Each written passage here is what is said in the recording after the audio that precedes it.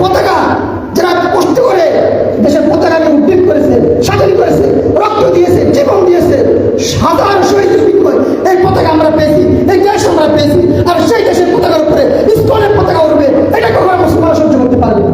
বিএনপির এক নেতা, উনি তার বিরুদ্ধে রাষ্ট্রদ্রোহের মামলা দিচ্ছে। রাষ্ট্রদ্রোহের মামলা দাদা আসলে সার্টিফিকেট দিচ্ছে না, আমরা কি কাউকে হত্যা পারছি? তাহলে কেন আপনারা এত সাহস থেকে পান? বাংলার জমিনে 99% মুসলমানের দেশে আপনারা হিন্দুত্ব বাহিনী, ইসকন বাহিনী আমাদের জমিনের মধ্যে, মুসলমানের জমিনের মধ্যে মুসলমানদের হত্যা করতেছেন, এই সাহস থেকে পান?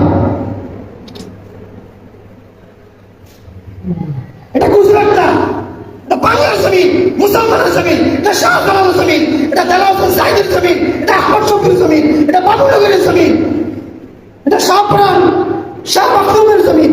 এই বাংলার জমিনে কোনো স্বৈরাচ্য হিন্দুত্ব বাহিনীর স্বৈরাচ্যের জায়গা হবে না।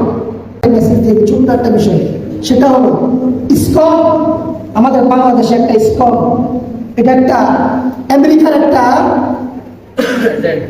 এজেন্ট, এটা ইহুদিদের একটা চক্রান্ত, ইহুদিদের একটা চক্রান্ত।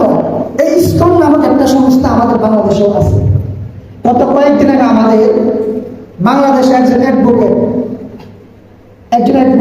অ্যাডভোকেটকে ইসকনের সদস্যরা একটা কোর্টের সামনে, উনি একজন অ্যাডভোকেট, কোর্টের সামনে দিয়ে দিয়েছে, ফিটাই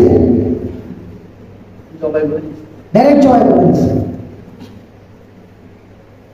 ওনার নামটা কি? গ্রেপ্তার করছে তার নাম কি? না না, যে গ্রেপ্তার যারা করছে ইসকনের সদস্য কি একটা চন্দ্র দাস নাকি, তো উনি ওনাকে গ্রেপ্তার করার কারণে চিন্ময় চন্দ্র দাস ও উনি একটা ইসকনের যে সদস্য নেতা, ওনাকে গ্রেপ্তার করার কারণে এই হিন্দু বাহিনী, হিন্দুদের কিছু লিডাররা, ইসকনের সদস্যরা, তারা আমাদের একজন মুসলমান ভাইকে শহীদ করে দিয়েছে।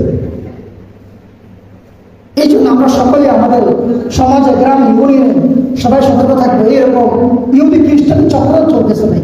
আমাদের মুসলমানদের ইমানকে নষ্ট করার জন্য, আমাদেরকে বিতাড়িত করার জন্য, আমাদেরকে পথভ্রষ্ট করার জন্য ইহুদি খ্রিস্টানের চক্র চলতেছে চতুর্দিকে ভাই। সারা বাংলাদেশে দেশটাকে আবার স্বৈরাচার করার জন্য, দেশের মধ্যে আবার একটা স্বৈরাচ্য সৃষ্টি করার জন্য এই ইসকন সদস্যরা তারা হিন্দুদের সাথে মিশে আমাদেরকে হত্যা করার চেষ্টা করতেছে।